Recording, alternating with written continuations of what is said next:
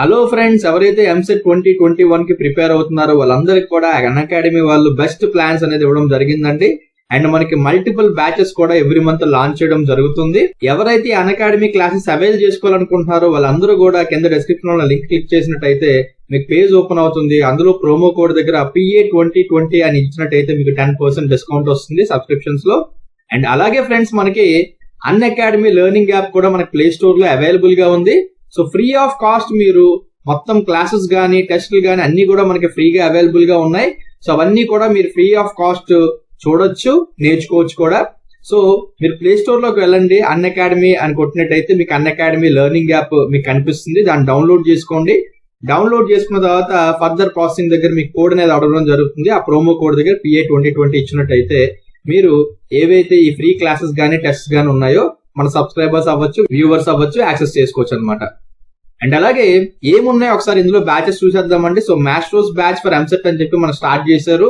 So మనకి rankers and అలాగే చాలా మంది ఎంసెట్ లో ఎక్కువ మార్క్స్, మంచి ర్యాంక్ స్కోర్ చేయాలని ఎప్పటికప్పుడు ఇంట్రెస్ట్ చూపిస్తా ఉంటారు. సో అలాంటి వాళ్ళందరి గురించి కూడా ఈ మాస్టర్స్ బ్యాచ్ అనేది స్టార్ట్ అవడం జరిగింది. అండ్ అలాగే మనకి తెలుగు బ్యాచ్ కూడా స్టార్ట్ చేశారండి. సో కొంతమందికి ఏంటంటే ఇంగ్లీష్ లో చెప్పేటప్పుడు సమంగా అర్థం కాదు కాబట్టి తెలుగులో కూడా కొంత ఎక్స్ప్లెయిన్ చేసినట్టయితే ఇంకా ఈజీగా అర్థం చేసుకోగలరు. సో తెలుగు బ్యాచ్ కూడా మనకు స్టార్ట్ చేయడం జరిగింది ఫర్ PCM అండ్ PCB. ఓకేనా ఫ్రెండ్స్? అండ్ అలాగే మనకి బెస్ట్ ప్లాన్స్ లో సబ్స్క్రిప్షన్ చార్జెస్ మీరు చూసినట్టయితే 6 months ప్లాన్, 12 months ప్లాన్ రెండు కూడా ఉన్నాయి. అండ్ మెయిన్ హైలైట్ ఏంటంటే 6 months అండ్ అబోవ్ ప్లాన్స్ ఇంటి మీద కూడా నో కాస్ట్ EMI అనమాట. ఓకేనా? Hello friends, welcome to Purushottam academy.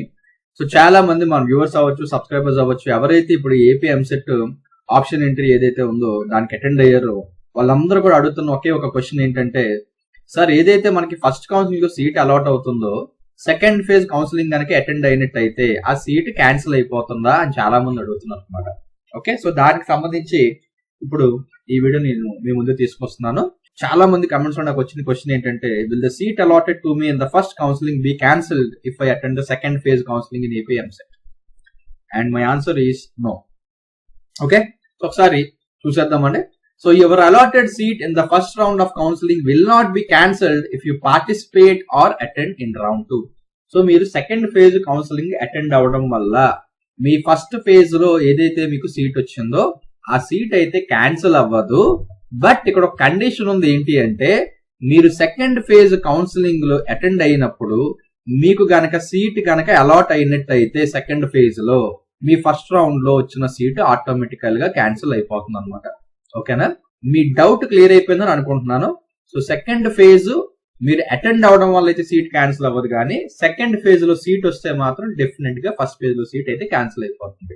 Therefore, you must be cautious while exercising your options or choice filling in round 2. Only select the best and most likable to attend colleges as per your personal preference. So ఎవరైతే second counselling attend అవుదామని అనుకుంటున్నారో వాళ్ళందరూ కూడా ఏదైతే college మీరు join అవ్వాలని అనుకుంటున్నారో other than the allotted college, అలాంటి కాలేజ్ మాత్రమే చూస్ చేసుకోండి. అండ్ ఒకవేళ గనక సెకండ్ ఫేజ్ లో మీరు చూస్ చేసుకున్న కాలేజ్ లో గనక సీట్ వచ్చినట్టయితే ఫస్ట్ ఫేజ్ లో వచ్చిన సీట్ ఆటోమేటికల్ గా క్యాన్సిల్ అయిపోతుంది.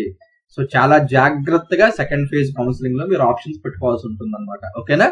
ఒకవేళ పొరపాటున మీరు జాయిన్ అయిన కాలేజ్ కన్నా నెక్స్ట్ లెవెల్ కాలేజెస్ అంటే బిలో లెవెల్ కాలేజెస్ లో ఒకవేళ ఏమన్నా మీరు పెట్టుకొని అది కనుక వచ్చేసింది అనుకోండి, చాలా ప్రాబ్లం ఫేస్ చేయాల్సి ఉంటుంది.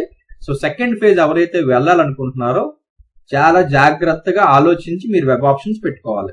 ఓకేనా? లేదు సార్ ఫస్ట్ ఫేజ్ వచ్చింది బాగానే ఉంది అనుకుంటే సెకండ్ ఫేజ్ మీరు అటెండ్ అవ్వాల్సిన అవసరమే లేదు. ఓకేనా ఫ్రెండ్స్? సో ఐ థింక్ మీ అందరి డౌట్ క్లారిఫై అయిపోయింది అనుకుంటున్నాను. ఇంకొకసారి మళ్ళీ మీకు రిపీట్ చేస్తున్నాను. సెకండ్ ఫేజ్ మీరు అటెండ్ అవ్వడం వల్ల మీ ఫస్ట్ ఫేజ్ లో వచ్చిన సీట్ అయితే క్యాన్సిల్ అవ్వదు. బట్ సెకండ్ ఫేజ్ లో కనుక మీకు సీట్ అలాట్ అయితే మీ ఫస్ట్ ఫేజ్ లో వచ్చిన సీట్ ఆటోమేటికల్ గా క్యాన్సిల్ అయిపోతుంది. క్లియర్ కదా? సో సెకండ్ ఫేజ్ కి ఎవరైతే వెళ్తున్నారో వాళ్ళందరూ కూడా 1-10 సార్లు ఆలోచించి సెకండ్ ఫేజ్ లో ఏవైతే మీరు ఆప్షన్ ఎంట్రీ చేసుకుంటున్నారో పక్కాగా కాలేజ్ లో సీట్ వస్తే మీరు జాయిన్ అవుతాం అనుకున్న కాలేజెస్ మాత్రమే పెట్టండి. రిమైనింగ్ కాలేజెస్ ఏవి కూడా చూస్ చేసుకోకండి. ఓకేనా friends? Thank you. Thanks for watching this video.